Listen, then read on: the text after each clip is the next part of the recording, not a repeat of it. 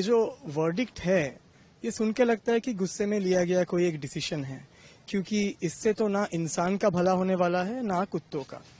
ये वर्डिक्ट में बोला गया है कि सारा जो कुत्ता है, करीबन 3 लाख कुत्ते जो दिल्ली में हैं, उनको पकड़ो और परमानेंटली पाउंड में डाल दो। सीसीटीवी कैमरा ऑन रहेगा, एक भी कुत्ता बाहर नहीं आएगा, कोई चाहे भी तो अडॉप्ट नहीं कर सकता। अब 3 लाख कुत्तों के लिए जगह ढूंढना मुश्किल है। दिल्ली में तो मिलना बहुत ही मुश्किल है, क्योंकि कॉलेज के लिए जगह नहीं मिलता, हॉस्पिटल के लिए जगह नहीं मिलता, कुत्तों के लिए कहाँ जगह मिल जाएगा। अगर ये 3 लाख कुत्ता हमने समझ लिया कि पकड़ा गया, विद इन 2 मंथ्स हमने इनको पकड़ भी लिया, उसके बाद क्या होगा? इनको रखने के लिए जो जगह चाहिए वो काफी बड़ा होता है, डॉक्टर्स चाहिए, 1.5 लाख 2 लाख स्टाफ लगेगा, हर वीक खाने का खर्चा होगा 5 करोड़।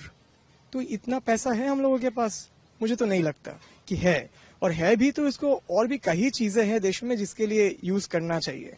सो ये ऑर्डर जो है ये वायबल नहीं है, इसका इम्प्लीमेंटेशन होना बहुत मुश्किल है, हो नहीं पाएगा। और बात करें अगर एनिमल स्टैंड पॉइंट से थोड़ी देर के लिए सोचे तो इतने सारे डॉग्स को एक साथ रखेंगे तो मारामारी होगा, क्रॉस इन्फेक्शन होगा, आधा से ज्यादा डॉग 1 या 2 हफ्ते में मर जाएंगे। तो ये कोई एनिमल वेलफेयर का राय नहीं है, ये कुत्तों का मारने का या फिर कलिंग करने का राय है। हाँ, थोड़ा सोफिस्टिकेटेड साउंड कर रहा है कि उनको लेके जाके रखा जाएगा, बट अल्टीमेटली उनका मौत ही होने वाला है वहाँ पे।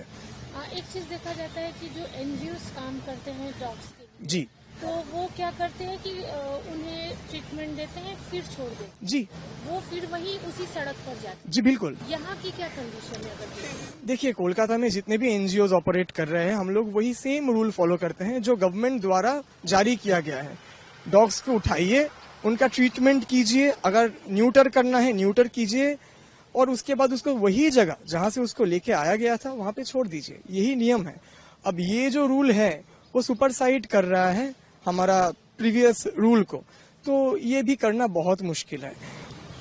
ऐसा भी होता है कि जब आप लोग डॉग्स उठाते हैं जी एनजीओ के लिए, जी, तो सिर्फ स्ट्रे डॉग्स नहीं रहते, कुछ पेट डॉग्स भी आप लोगों को मिलते हैं? बहुत सारे।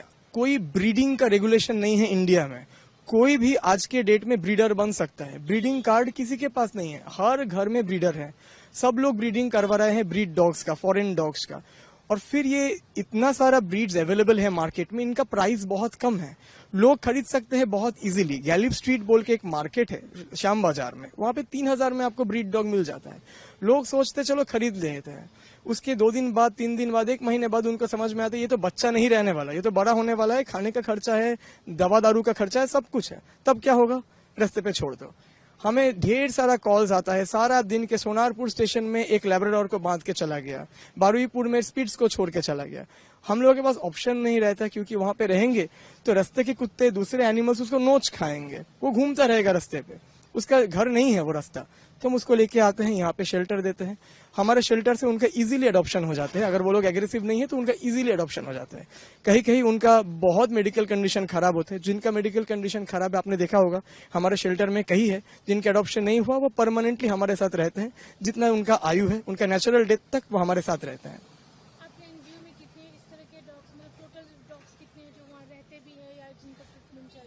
अभी हमारे वहाँ ट्रीटमेंट में जो डॉग्स हैं उनका नंबर है 480। जितना डॉग अभी परमानेंटली हम लोगों के साथ है, जिनका कोई ना कोई एलिमेंट है जिसका बीमार की क्योर नहीं हो सकता, वैसा डॉग है अभी 130। तो ये जो वर्डिक्ट आया है, इसके लिए क्या बोलेंगे? क्या ये सोल्यूशन है स्ट्रे डॉग्स के लिए? बिल्कुल सोल्यूशन नहीं है। देखिए, स्ट्रे डॉग का एक ही सोल्यूशन है, उनको पकड़ा जाए, न्यूटर किया जाए ह्यूमन तरीके से, ताकि उनका बच्चा ना हो, ऑफस्प्रिंग ना पैदा हो, फिर उनको वही जगह पे छोड़ देना चाहिए। दिल्ली म्यूनिसिपैलिटी अगर ये काम ढंग से इतने सालों से कर लेता, आज डॉग्स को ये दिन देखना नहीं पड़ता, ना तो एनिमल एक्टिविस्ट को ये दिन देखना पड़ता। ऑपरेशन होता रहेगा, नंबर्स घटता रहेगा। और अब जब हम बात कर रहे हैं कि इतना सारा 3 लाख डॉग है, सोचिए कि हमने नेक्स्ट 2 वीक में उनको पकड़ लिया, फिर उनको कैप्चर भी कर लिया, कैद कर लिया, सब हो गया, तो जगह क्या वैकेंट रहने वाला है? बिल्कुल नहीं। आसपास का सारे एरिया से वैक्यूम इफेक्ट जिसको हम बोलते हैं, डॉग्स आएंगे, पूरा एरिया फिर से 1 महीने में कवर अप हो जाएगा। लेकिन वो डॉग्स वैक्सीनेटेड नहीं होंगे, वो डॉग्स न्यूटर्ड नहीं होंगे। ये जो स्ट्रे डॉग की जो प्रॉब्लम है वो सिर्फ दिल्ली में नहीं, हर सिटी में। कोलकाता की बात करें, देखिए, मैं स्ट्रे डॉग और प्रॉब्लम्स दोनों वर्ड को एक साथ तो यूज करता नहीं हूँ, क्योंकि स्ट्रे डॉग्स प्रॉब्लम नहीं है। कोलकाता में बहुत सारे एनजीओज अच्छे से काम कर रहे हैं, जोरों शोरों से स्टेरिलाइजेशन एफर्ट चल रहा है। केयर गिवर्स बहुत एक्टिव है, बहुत अच्छे लोग हैं जो जुड़े हुए हैं, तो चल रहा है।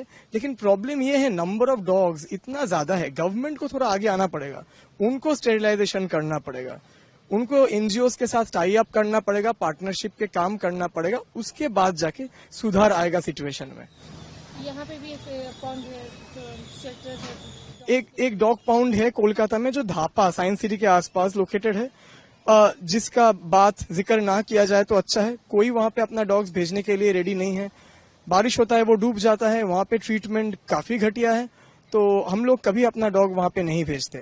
मेरा एनजीओ है, उसके अलग से भी मैं तो डॉग्स का टेक केयर करता हूँ, सो मैं अपना डॉग्स को कभी भी डॉग पाउंड में वो शेल्टर में ले जाने के लिए अलाउ नहीं करूंगा। काफी बार ऐसा होता है उनका गाड़ी जाता है डॉग्स को उठाने के लिए, लेकिन कोई भी एक्टिविस्ट, कोई भी केयर गिवर उठाने नहीं देता है।